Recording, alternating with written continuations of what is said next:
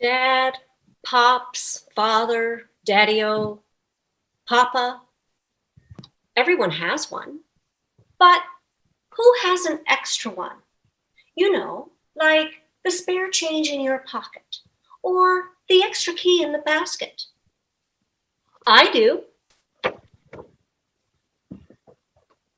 Dad B, my father-in-law, has been my extra dad for as long as I can remember. He stepped into that role when Anne, my oldest childhood friend, and I were knee-high to grasshoppers. He was this larger-than-life, blue-eyed man with the adventurous spirit rivaling that of John Cabot, the first European after the Norse to step foot on Newfoundland soil.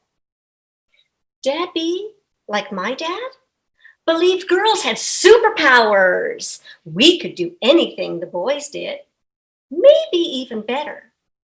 Now, he would never say those words aloud. His actions, though, spoke volumes. He was always there to rescue us. Like the time he took Anne and I to the cabin for some winter fun. Looking back, it was definitely fun for us girls, mountain climbing, only to fall off and roll down onto the frozen pond, and skidooing across the ice. Dad B rescued us repeatedly, without complaint, trudging through the snowbanks, whenever we got stuck, offering us tips on how to avoid the same problem. We never really listened. Years later, he even acted as our chauffeur by driving us through a winter storm on New Year's Eve in his old army ambulance. Reliability, one of his many virtues.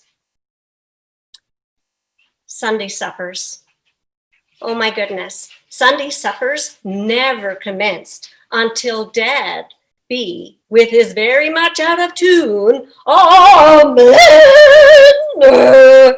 signaled that the singing grace was complete. Gift giving was his specialty. You were never handed a wrapped gift. Maybe you had to read a series of handwritten clues to find your gift. Or maybe a rather luxurious gift was filled with even more surprises. He taught us the gift of creativity and generosity.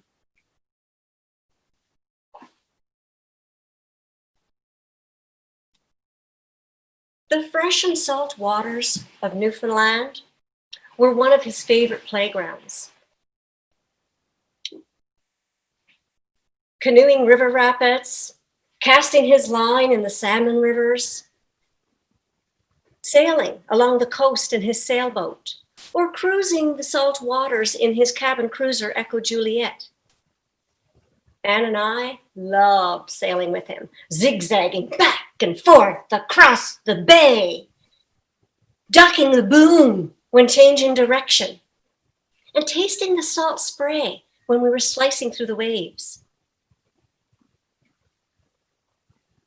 As captain of Echo Juliet, he navigated us to some of the best cod fishing grounds for more than 30 years.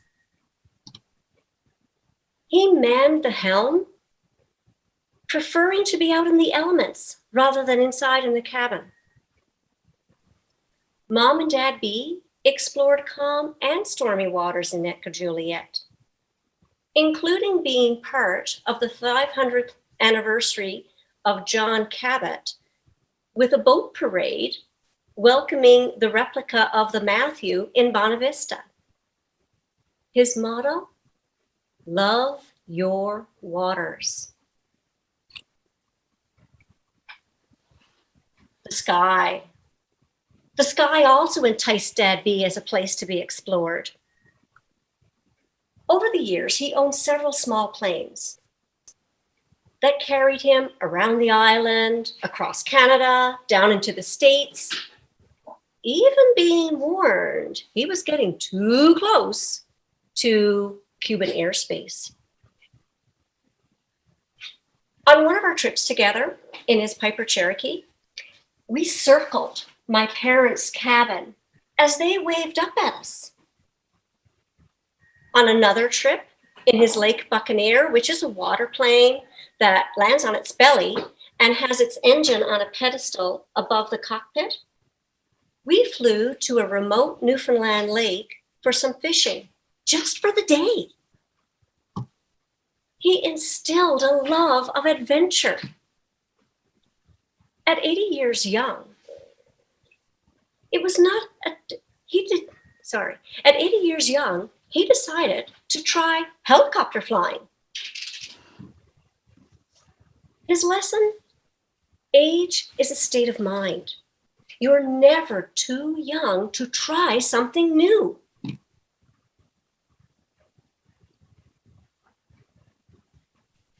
Blueberry winemaking, not from a box, but from scratch, was an ongoing pursuit. From raking his own berries to squashing them with his bare feet, through fermentation to the at-home bottling process, we were sure to enjoy a bottle or two, and sometimes more, at get-togethers. His lesson: enjoy the fruits of your labor with family and friends. Gardener extraordinaire, he secretly purchased a plot of hidden sloped land to compete with Mom Bee's gardening prowess. His hidden Newfoundland oasis produced incredible bounty: onions, potatoes, corn, zucchini, pumpkins, even grapes. He ensured we saw the value in being self-sufficient. An extra dad. Everyone should be so lucky to have one. I literally called this man Dad long before Stephen and I were an item. I was the second daughter he chose to take under his wing. We already had a father and daughter relationship when Stephen and I married. Becoming his daughter-in-law was an added bonus. His lessons in life were incredible. They are treasured with his passing. The spare change in my pocket, the extra key in the basket, daily reminders of our shared adventures, and to live life to the fullest. Madam Toastmaster.